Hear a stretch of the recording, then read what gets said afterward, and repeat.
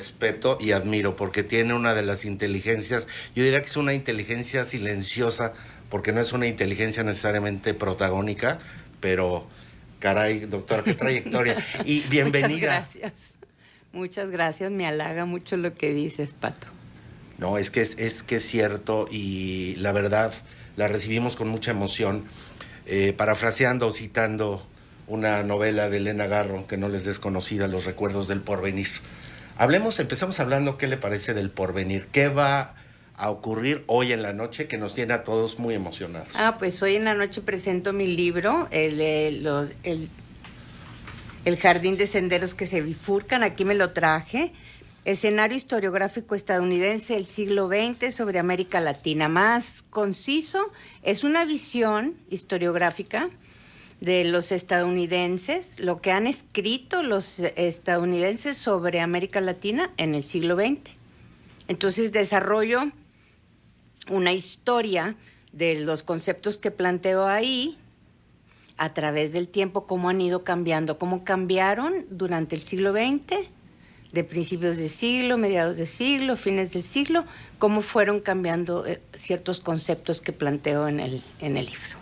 Y además, con mucho éxito, hoy platíquenos dónde va a ser la presentación. Bueno, ya muchas personas saben, pero va a ser en el Archivo Municipal de Torreón. A las 7 de la noche. A las 7 de la noche, ahí estaremos.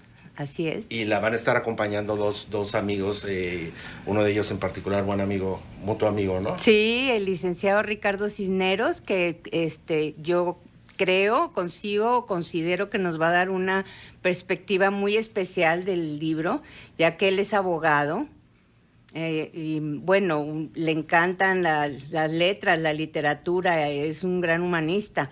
Entonces, pero creo que su perspectiva va a ser muy especial, que nos va a aportar bastante sobre el texto. Y viene de Monterrey un colega historiador un joven colega historiador, Jaime Sánchez, que pues nos va a dar la perspectiva histórica. A ver, no quiero adelantar mucho, pero usted hace alusión a una novela, a un libro que se llama Ficciones, de Jorge Luis Borges. Uh-huh. Y dice, el jardín de senderos que se bifurcan es policial. Sus lectores asistirán a la ejecución y a todos los preliminares de un crimen, cuyo propósito no ignoran, pero que no comprenderán, me parece, hasta el último párrafo. Yo le preguntaría, doctora, ¿existe algún crimen o algo que comprender no dicho en su libro? Hay que adentrarnos en algún momento. No hablo de crímenes per se, de matar a alguien, sino... No, realmente, sí, mi novela anterior, sí, bueno, mi libro es histórico, es sobre el asesinato de Carranza, exactamente. Sí, es un asesinato, pero coinciden el texto del asesinato de Venustiano y este texto, que es totalmente diferente en cuanto al tema, coinciden en la metodología. Y en cuanto a la metodología del texto, es a lo que me refiero con el jardín de senderos que se bifurcan. Si bien es cierto que la novela o el texto de Borges es un caso policíaco, más bien pues presenta algo laberíntico, como muchos laberintos en el texto. Y a eso es a lo que me estoy refiriendo yo en cuanto a los laberintos que presentan los historiadores estadounidenses, que van para un lado y van para el otro con sus textos, que es lo que yo analizo. Entonces, de hecho, por ahí es por donde va más que por la cuestión policíaca. Ok. Por eso hay que atender la presentación para ver qué va a estar ocurriendo. Porque nos platicábamos usted y yo, doctor, hace poco fuera del aire, y siempre me gusta que nuestros invitados reflexionen sobre lo que les ocurrió en pandemia, porque a todos nos cambió la vida. Pero a usted le vino bien la pandemia para este ejercicio de sentarse a escribir, que es tan demandante y requiere una enorme disciplina. Así es. Así es, la pandemia me proporcionó ese espacio de tranquilidad que no había tenido en los últimos años. Me había pasado más de 10 años en la docencia. La docencia es muy exigente y más cuando eres como yo, obsesiva y muy responsable. Me tardaba mucho en preparar mis clases primero en el Tecnológico de Monterrey, en la Ibero, con grupos a través de Red Saber, una organización que yo formé. Sí. Me tardaba mucho en preparar las clases, de tal manera que entre eso y dar las clases se me iba todo el tiempo. No tenía tiempo de dedicarme a esta parte que estaba yo decidida de hacerlo, pero no tenía el espacio adecuado. Y la pandemia, pues recién nos cerraron, nos obligaron a quedarnos encerrados, nos fuimos al rancho, mi esposo y yo, y me propuse un horario y me sentaba a trabajar. Me llevé mi pantalla grande de la computadora y me sentaba a trabajar de 10 de la mañana, después de haber hecho un poquito de ejercicio, desayunar, bañarme, arreglarme. De 10 me levantaba para comer y regresaba hasta las 6, 7. Entonces, esos pues meses me ayudaron muchísimo porque logré la transcripción del lenguaje académico a un lenguaje más coloquial, tanto del asesinato de Venustiano Carranza como del Jardín de Senderos que se bifurcan, que es un poquito más académico. Sí, sí, sin duda. El texto, sí. Entonces logré, pues con los años te van cayendo en cuenta muchas cuestiones de algo que escribiste y que puedes modificar y que lo puedes hacer más legible para un público más amplio. Y eso fue lo que intenté y lo logré, conseguí una súper buena editorial. Fui la primera, la primera de la editorial, fui su conejillo de Indias y pues me parece que hicieron un trabajo muy bueno, excelente el trabajo. Usted también se ha estudiado en Estados Unidos y ha tenido la oportunidad de vivir allá. Y le quiero hacer una pregunta. Ayer pensaba yo en dos autores, de hecho lo discutía con una amiga. Uno de ellos se me olvidó el nombre, ya estoy como el presidente Peña, que es un inglés, me parece, el conocedor, el mayor conocedor de la guerra civil española es un inglés. De hecho, además, ayer en la noche estaba yo viendo una película muy buena protagonizada por Manuel Alexandre, que habla justamente, se llama Los últimos días de Franco. Ah, qué interesante. Maravillosa, porque son el caudillo, cómo le prolongan innecesariamente la vida. Y luego hay otro libro que se publica en los 80, también de un americano que se llama Vecinos Distantes, que hace una radiografía maravillosa de México. ¿Por qué existe? ¿Qué da la distancia? ¿O qué pasa? Que en muchas ocasiones hay un mayor conocimiento de lo que somos desde el extranjero. ¿Es correcta esa aseveración o son casos aislados? Digamos que es una perspectiva distinta.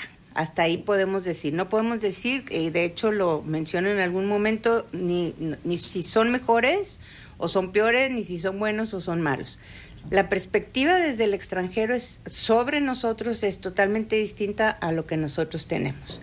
Y de hecho, desde esa diferencia es que surge este texto. Desde eso, ese es el origen. Estando sentada ahí en la Universidad de Houston, empezaron mis preguntas. Empecé a cuestionarme una serie de cosas que yo había estudiado en la Iberoamericana.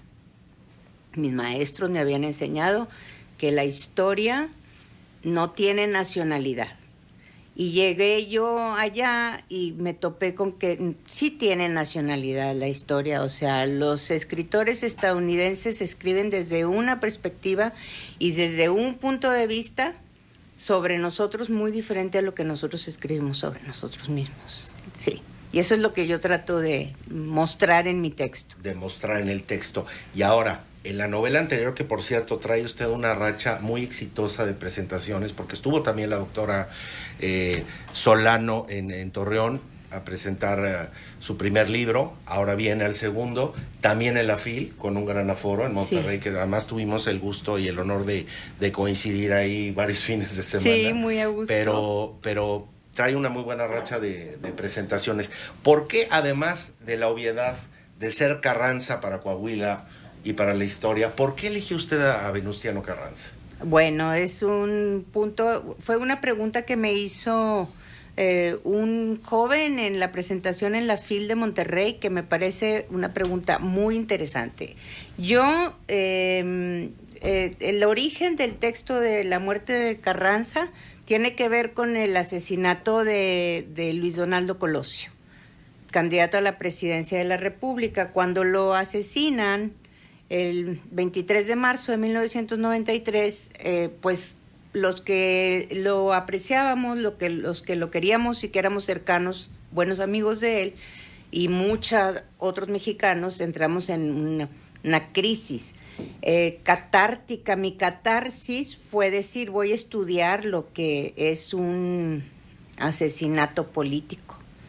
Y entonces me fui, yo estaba trabajando la revolución en Coahuila, la Revolución Mexicana en Coahuila, estaba trabajando para ver si por ahí hacía mi tesis de maestría.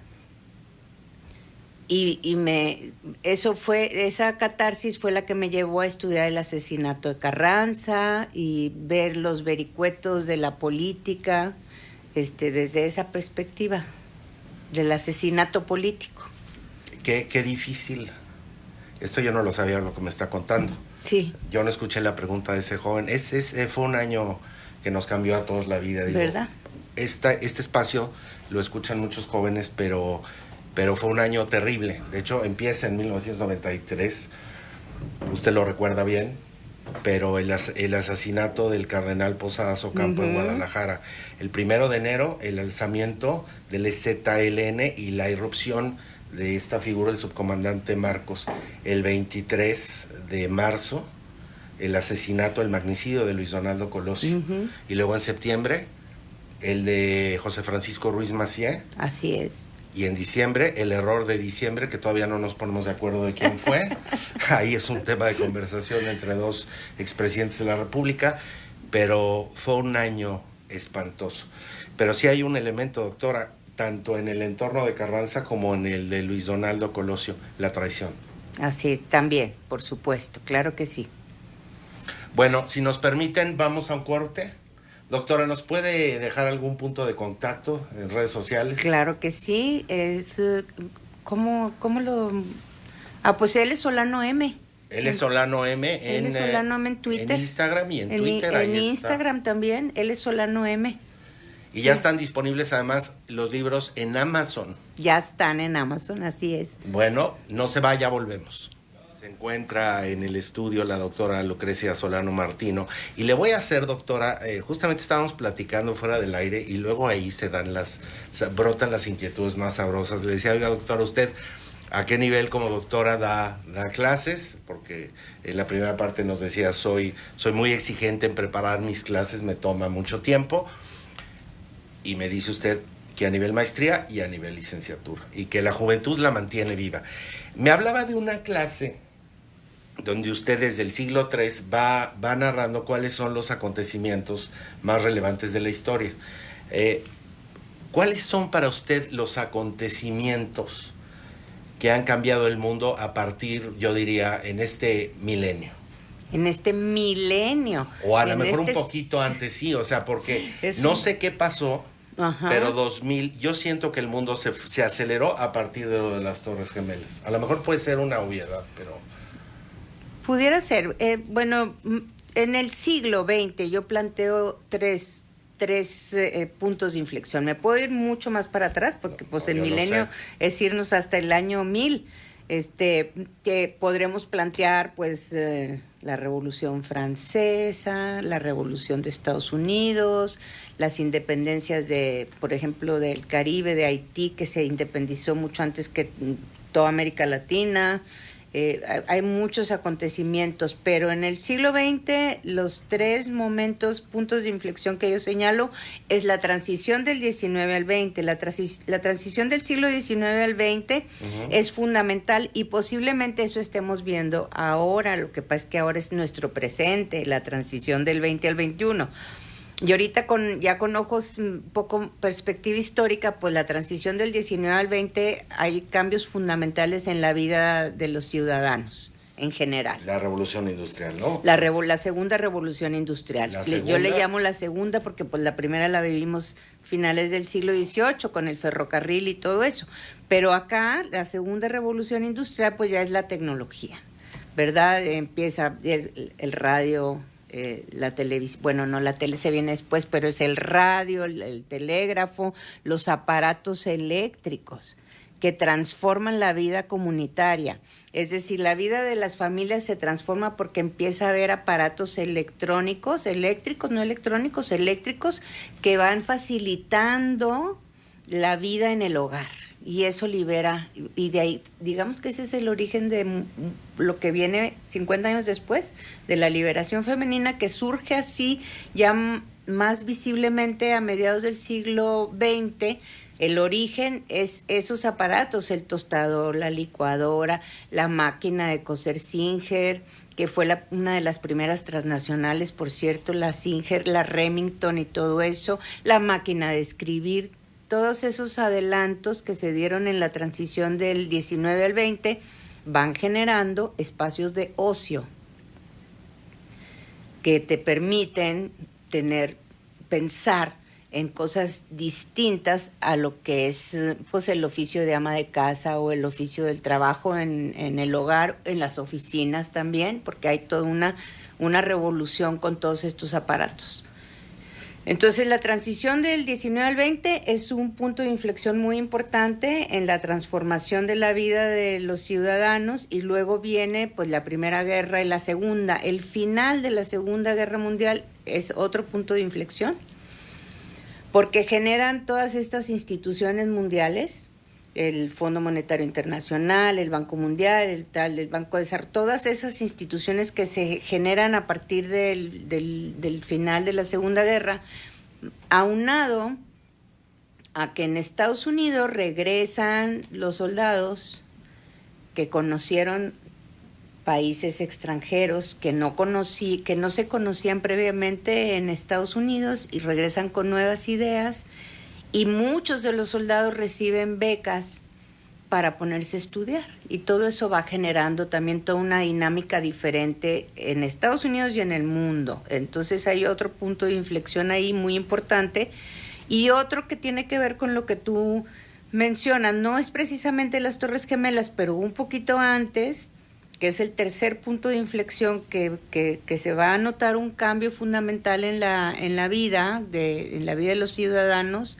En el occidente, por lo pronto no puedo hablar de todo el mundo, pero en el occidente es la caída del muro de Berlín. Sin duda. Y la desintegración de la Unión Soviética. Y toda esa transformación y ese cambio va a generar un cambio a nivel occidental que nos va a permitir también avanzar de una manera bien diferente a como veníamos viviendo. El estudio del pasado y del presente ¿qué tanto nos permite avisorar lo que va a ocurrir en el futuro? Bueno, pues es lo que dicen muchos historiadores y mucha gente, que te permite. Es difícil porque es difícil, que es lo que hacen los economistas, siempre estar previniendo. Ahorita le voy a preguntar eso. Estar previendo el futuro. Sí puedes, por ejemplo, tomar experiencias. Sí puedes estudiar ciertas experiencias. Y en México no se acude mucho a los historiadores para ver el futuro, no, pero en Estados Unidos sí, y lo dijo César Morado, que es un historiador, colega que pertenece a la Sociedad Nuevo Leonesa de Historia. Lo dijo en la presentación de mi libro. O sea, en Estados Unidos los historiadores son parte fundamental del sistema político. Siempre están presentes como asesores con la Casa de Representantes, que son los diputados, con el Senado, en la Presidencia de la República, en la Casa Blanca, en todos los gobiernos de los estados. En todos lados están siempre los historiadores asesorando a las autoridades. En México no existe tanto esa costumbre, y eso precisamente porque tú puedes estudiar casos. Entonces, estudias un caso del pasado y la experiencia de ese caso te permite tener elementos para no cometer ciertos errores. Digamos que hasta ahí.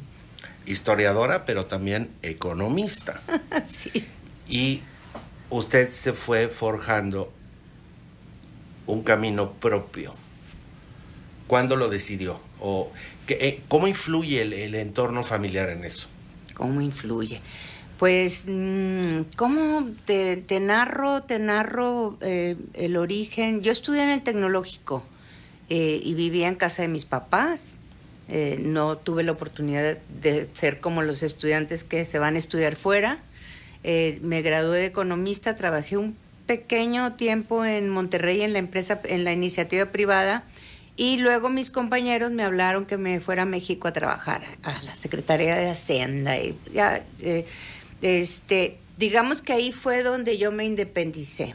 Yo me independizo a los 24 años. No recibí el apoyo inmediato de mi familia. De hecho, fue un problema muy serio que yo haya decidido irme a vivir fuera, a la Ciudad de México, sola. Pues me amenazaron en mi casa, me quitaron el auto, me dijeron, te vas. Pues me moví los primeros meses en camión y en el metro, no me quedó de otra. Entonces, me aprendí las corridas. Y a partir de ahí, pues ya mi vida fue independiente casi al 100%, digamos al 100%. Y cuando me casé y me embaracé después, fue que estaba en la maestría en economía en el ITAM.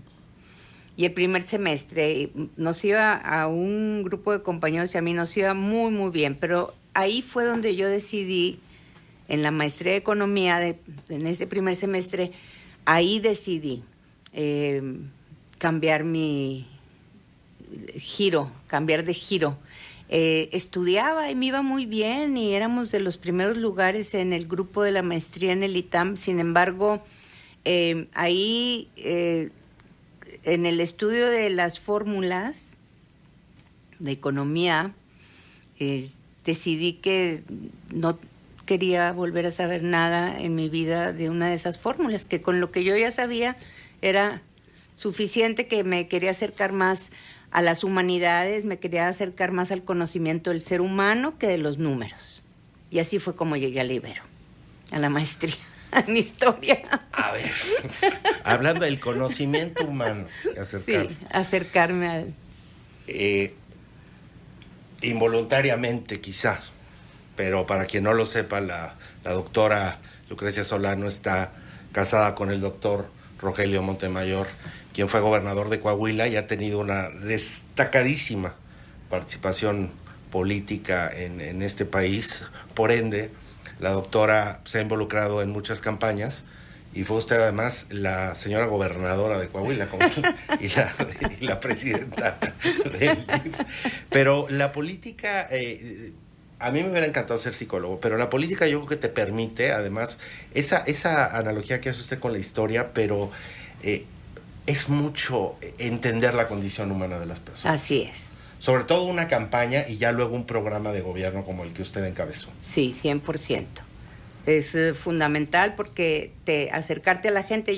Bueno, fue un poquito, hablando de mi esposo, pues fue un poquito complicado porque yo tenía una vida bastante independiente. Sí, siempre la ha tenido. Y cuando lo nominan, que era candidato a la diputación, como quiera me pude librar un poquito de la actividad relacionada con el campo de la política. Sin embargo, pues se vino la campaña del Senado. Yo ya vivía en Saltillo, ya me había ido a vivir a Saltillo, que también ese es otro tema, de una ciudad y otra ciudad. Hemos cambiado muchas veces de ciudades. Yo ya había llegado a Saltillo y me involucré en su campaña para el Senado, y muy pronto se vino la campaña para gobernador. Lo apoyé, hice una campaña paralela, muy activa, enfocada principalmente a las comunidades apartadas. Decidí enfocarme más que a las ciudades, a las comunidades apartadas, y visitar la mayor cantidad de ejidos posible en todo el estado. Y pues eso me permitió conocer la condición de las personas en en todas estas comunidades, y a partir de eso, por supuesto que también en las ciudades hice campaña, pero a partir de eso se pudieron generar políticas públicas para apoyar las necesidades más apremiantes de la comunidad. Más que hacer trabajitos sueltos de que vamos a darle aquí, vamos a dar allá, y apoyar con recursos o con algunos materiales, o lo transcribimos a políticas públicas.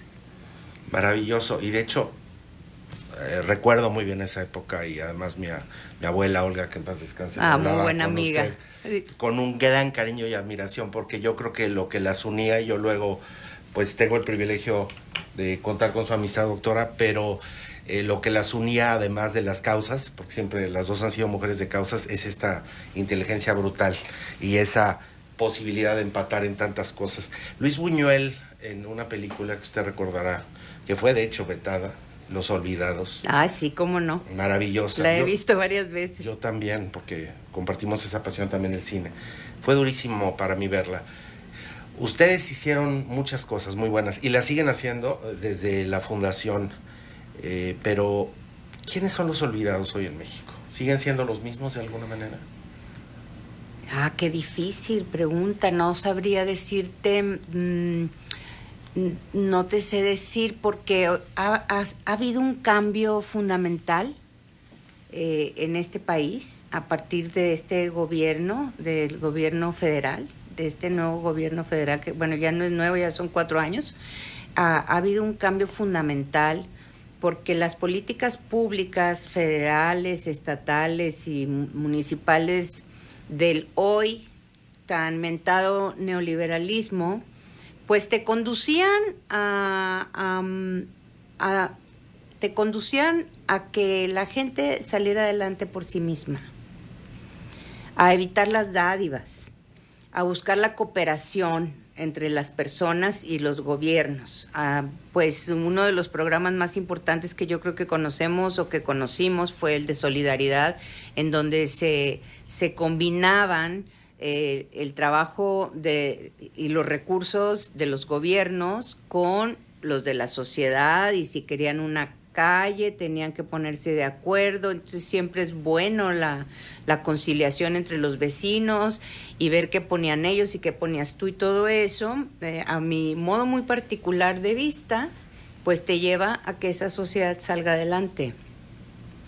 Estos últimos 4 años que hemos vivido, pues está repleto de dádivas, y yo no sé ahorita qué porcentaje de la población, me gustaría saber, está recibiendo apoyos económicos por parte del gobierno federal, de tal manera que no sé realmente quiénes puedan ser hoy. Yo no sé, es difícil. Esos recursos, pues no sé si están siendo bien utilizados, y si ya no son olvidados los que están recibiendo eso, y entonces tendríamos que ir, o si realmente lo están mal utilizando, no sabría. Y ahí, pues es difícil ubicar a los olvidados. Se ha extendido la lista. Bueno, yo creo que se ha ampliado el abanico de olvidados. Porque la pobreza ha crecido, pero entonces nos tendríamos que preguntar cuál es el destino de esos recursos que se están distribuyendo en tantos jóvenes, las becas, en los que se van a sembrar las plantitas, en los adultos mayores. ¿A dónde van a parar esos recursos? No sabemos. Yo creo que hablaba usted de metodología. La realidad a veces, este gobierno nos trata de contar una historia, una realidad, pero usted como economista lo sabe. La frialdad y la verdad está en las cifras, en los números, y esos no mienten. Definitivamente estoy de acuerdo, sí. Y bueno, nos han generado una narrativa en estos 4 años, y lo que queda, me imagino que la intensificarán, la narrativa positiva con relación a estos programas, pero verdaderamente habría que ir, como dices tú, Pato, definitivamente a los números y ir viendo porcentajes, y aparentemente, de acuerdo a las cifras que emanan del INEGI, y de algunas otras instituciones que se dedican a eso, pues no son nada favorables al gobierno. Entonces, pues por allá han de andar más olvidados, definitivamente. Pero regresando a cosas bonitas, menos tristes, y a cosas que sí se logran, cuéntame un poco qué hace porque usted es patrón, es miembro, obviamente, muy destacada de la Fundación Rogelio Montemayor. Ajá. ¿Cuándo la fundan? ¿A qué se dedican? Bueno, pues ya tenemos como más de 5 años, yo creo que ya, sí, 5 o 6 años. Es un proyecto que siempre tuvo en mente Rogelio con relación a becas a estudiantes. Y la idea viene desde mi suegro, el papá de Rogelio, en su comunidad, en la región carbonífera, en Sabinas, fue un hombre que destacó generando muchos proyectos de la comunidad sabinense y de la región carbonífera y de muchos proyectos que hizo con otros empresarios, porque él fue empresario, y uno de tantos es que becó a muchos estudiantes para que se fueran al Tecnológico de Monterrey, algunos conocidos de nosotros que han triunfado, que son ahorita, que se conocen bastante en el medio ambiente, en el medio político y económico, y yo creo que de ahí viene esa idea de generar becas para jóvenes de preparatoria. Entonces, eso fue el origen. El origen de la fundación es generar becas. Y entonces se becan alrededor de 30 estudiantes cada semestre. Se hace toda una investigación de cada uno de los estudiantes, se les piden sus papeles y que digan a través de una carta por qué pretenden la beca y demás. Están en tercero de secundaria, se hace la promoción en toda la región carbonífera y en los 5 manantiales. Se hace la promoción de las becas y se recopilan la información y formo parte del consejo que estudiamos todos los documentos, los perfiles, y de ahí seleccionamos los que deben de recibir la beca. Entonces están principalmente la beca, pero muere mi suegra en el 2006, se queda la casa vacía y Rogelio consigue, se queda con la casa y decide que ese va a ser un centro cultural. Entonces si me permite, sí, le ponemos puntos suspensivos. Sí, claro. Porque tenemos que ir a un corte. Perfecto. No se vaya, estamos con la doctora Lucrecia Solano Martino. Ya volvemos. Hablando de mujeres, acordándome de mujeres que han hecho una trayectoria propia, así como los Clinton tenían en Fleetwood Mac, todo este grupo también de los 70, pues mucho de su campaña y de su mote y de su logo. Los Obamas, para Michelle Obama, sí, Stevie Wonder ha sido fundamental. Yo creo que nos representa, es transgeneracional. Definitivamente, sí creo transgeneracional, sí. Bueno, pero regresando, doctora, porque el corte nos lo impidió, al tema de la fundación. Entonces resulta que queda la casa de sus suegros vacía. Sí. Y ahí se instala el centro cultural que pertenece a la fundación, se logran ciertos apoyos, se hacen campañas con empresarios y ahí en la comunidad para recibir algunos apoyos, además de lo que proporciona la familia, y apoya un poco el gobierno con unas becas pagarle sueldos a 2, 3 empleados. Y se forma un equipo muy interesante de gente muy joven, muy preparada, con un objetivo fundamental de impactar en la comunidad, que es algo que está muy, muy actual, que es algo muy contemporáneo, este asunto de la comunidad. Vienen de proyectos, vienen estas personas que trabajan ahí, de proyectos sobre todo con empresas mineras, ver la relación de la empresa minera con las comunidades donde están. De ahí vienen y aquí en Sabinas hacen un trabajo maravilloso. Dan clases, dan cursos de música, de artes, de idiomas, hay muchas computadoras porque ha habido alguna empresa que dona los iPads, computadoras. Hay una biblioteca muy interesante que se ha ido conformando a través de estos años y siempre hay movimiento en ese centro porque hay muchas actividades, hay campamentos de verano con niños de distintas edades y se invita a todos los becarios de las distintas pueblos y ciudades de alrededor, se invita a que vayan a hacer labor comunitaria. Entonces van y atienden también ciertas cosas los estudiantes, los becarios. Y bueno, lo bonito es que ya muchos de esos becarios a través de los años ya pues han podido ingresar a la universidad, que es el objetivo, que terminen su preparatoria con la beca, pero la beca se les entrega la mitad del recurso cada mes.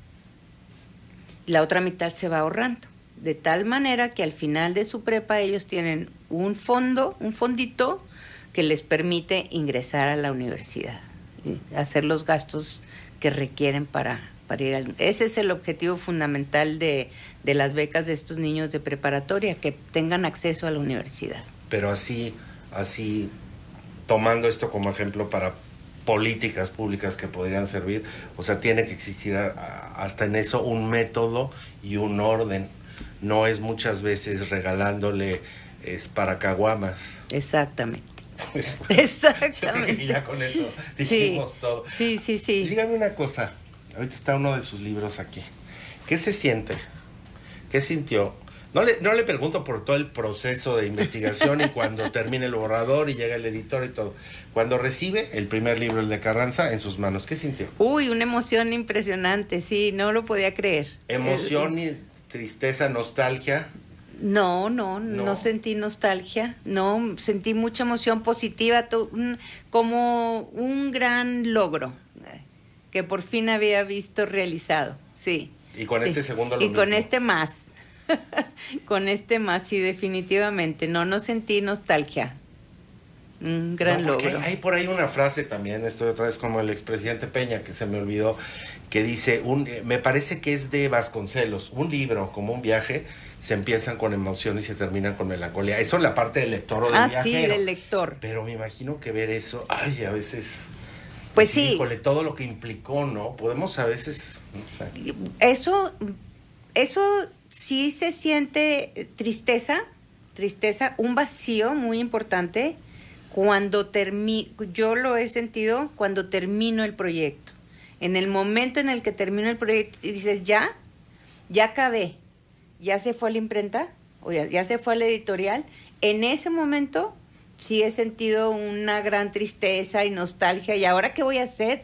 Es como cuando estás en la universidad y terminas el semestre, y el último día del examen, en lugar de estar, yo decía, ay, voy a terminar el último día del examen, voy a salir corriendo y me voy a ir de fiesta. Y no, salía y me quedaba triste y nostálgica porque se acababa el semestre. Sí. A mí me pasa también. Quiero acabar la universidad. Cuando acaba chido. Y el último día del semestre, el último día de la universidad, pues es más todavía, sí, ¿verdad? Sí. Como que ahora, ¿para qué? En cambio, cuando ya veo esto editado, ya siento pues mucha alegría, mucho gusto, algo muy positivo, y lo que sí es que de inmediato estar pensando en otro proyecto. Eso le quería preguntar, si se puede, porque ya lo hemos platicado en el ámbito de la confianza de la amistad, pero si nos quiere hablar un poco lo que trae en mente para... o quiere mejor. No, está bien, sí puedo. Tengo 2 o 3 ideas que estoy trabajando, todavía no en el papel, todavía estoy meditando con relación a 2 o 3 ideas.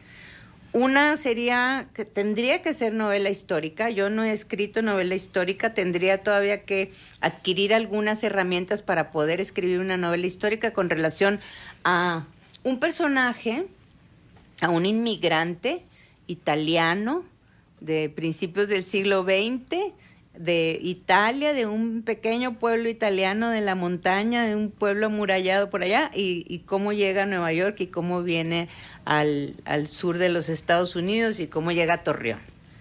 Y digo novela histórica porque, bueno, es mi abuelo, y novela porque tenemos muchos años con vacíos. Ese sería un proyecto que le estoy dando vueltas y vueltas, porque no es mi especialidad la novela. Tengo que, pues, adquirir algunas herramientas. Y otro es que tengo muchos ensayos, muy, bueno, no me queda decirlo, pero muy buenos ensayos históricos, que a través de los años he juntado, y ahora pues también está muy de moda generar una compilación de los ensayos. Por supuesto que les tendría que meter mano y mejorarlos, y estoy buscando el vínculo entre los distintos ensayos para poder hacer la compilación y generar otro libro. En eso estoy, y entonces estoy dándole vueltas y por algunos otros proyectos por ahí, pero principalmente esos dos. Siempre proyectos.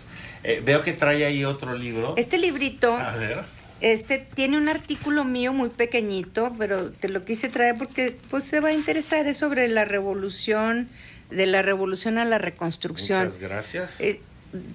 Son varios artículos y uno de los artículos es mío, un pequeño articulito sobre la revolución mexicana. Nombre maravilloso.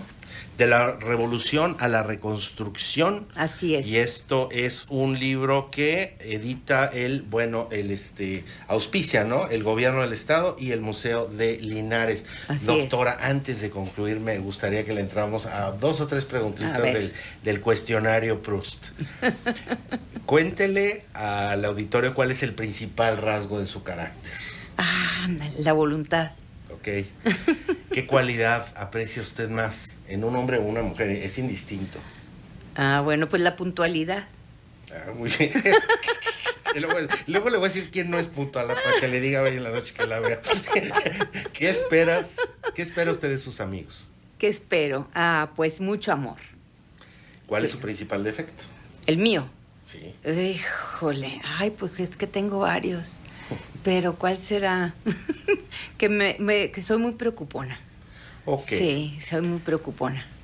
Esta está difícil, es del Proust, ¿no? Que Ajá. También lo respondió Marcel Proust, y cada personalidad, y aquí siempre lo hacemos. Pero pues es usted tan multifacética y todo lo hace bien, que ¿cuál es su ocupación favorita? Pues no sé, porque tiene mucha. Mi ocupación favorita, pues sí, escribir historia, sí, definitivamente. Okay. Tengo muchas y hago pues muchas otras cosas, pero la favorita es esa, leer. La idea de la felicidad. La idea de la felicidad. Yo creo que la felicidad la tenemos en todos lados y en ocasiones no nos damos cuenta. Creo que es algo que pues habrá quien diga que se va construyendo, pero realmente la felicidad pues nos la dan todos los momentos en los que convivimos con las diferentes personas que estamos, sí. ¿Esta no viene en el Proust? ¿Algo de lo que se arrepienta? Hay muchas cosas. Todos estamos igual. Muchas cosas que me arrepiento, pero así como de repente, pues haber dicho alguna cosa que no debía, en algún momento inoportuno. Eso, por eso tantas frases últimamente que te dicen que guardar silencio es mejor que cualquier otra cosa. De repente uno dice algo y se da cuenta que fue imprudente y que no tenía que haber dicho eso en ese momento. Eso me arrepiento yo. A veces me he arrepentido de cosas que he dicho y que a veces no de esas de que enojada y que no lo siento. No, normalita. Que de repente pues se te va y dices algo. ¿Estamos ante una sociedad hipersensible hoy en día? Así es, sí considero que estamos ante eso y que cada vez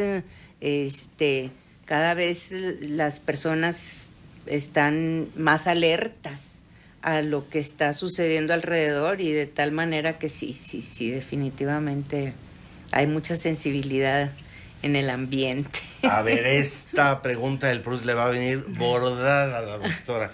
Una figura histórica que te ponga mal o le ponga mal el cuerpo, porque esto fue redactado por españoles, o sea, ¿quién de la historia, qué figura histórica no soporta a usted? No soporto. Ay, no le puedo decir. No te puedo decir. No, sí, ahorita te digo. Hitler. Ok. ¿Qué virtud le gustaría poseer? Puede ser poder volar o... Poder volar, ¿Qué virtud me gustaría? Pues me gustaría ser más asertiva, sí, más asertiva. Y hacerle más caso a mi intuición. Ok, yo diría que la tiene muy desarrollada, pero ¿bajo qué máxima se rige?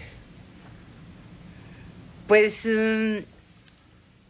me gusta echar a andar mi voluntad.